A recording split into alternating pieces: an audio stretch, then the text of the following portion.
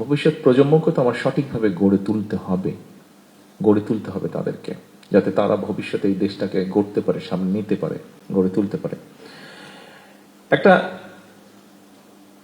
ছেলে বা মেয়ে যেই হোক না কেন, 15 বছর বা 18 বছর বা 20 বছর বা 22 বছর বা 25 বছর, আমরা সবাই এই স্টেজটা পার হয়ে এসেছি। এই সময় একটা মানুষের শারীরিক বা মানসিক যে এনার্জিটা থাকে, সেই এনার্জিটা তাকে বার্ন করার একটা এভিনিউ দিতে হবে, একটা স্কোপ দিতে হবে, সেই সুযোগ তাকে ক্রিয়েট করে দিতে হবে। আমরা ঢাকা শহর সহ বাংলাদেশে যেখানেই তাকাই না কেন, কয়টি খেলার মাঠ আছে? অর্থাৎ আমাদের যারা এখন এসবের মধ্যে ইনভলভ হয়ে যাচ্ছে, অথবা সারাদিন সোশ্যাল মিডিয়ার মধ্যে আছে, বুঝেই হোক না বুঝে হোক, ভালো মন্দের মধ্যে পার্টিসিপেট করে ফেলছে, খেলার মাঠ সব বন্ধ। ছেলে হোক মেয়ে হোক উভয়ের জন্য খেলার মাঠ বলতে গেলে নেই কোথাও।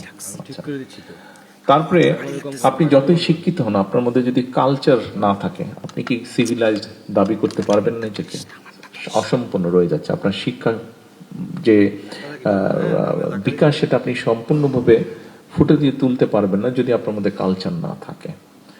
এর বাইরেও দেখুন, এই যে এনার্জিটা আছে ইয়াং জেনারেশনের মধ্যে, যে এনার্জিটা আছে মানসিক বা শারীরিক, এটা তাকে এইটা বার্ন করার জন্য তাকে তো ইনোভেশনের স্কোপ দিতে হবে।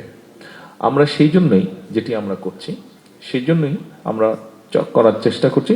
আপনারা দেখেছেন যে নতুন কুড়ি আমরা স্পোর্টস চালু করেছি।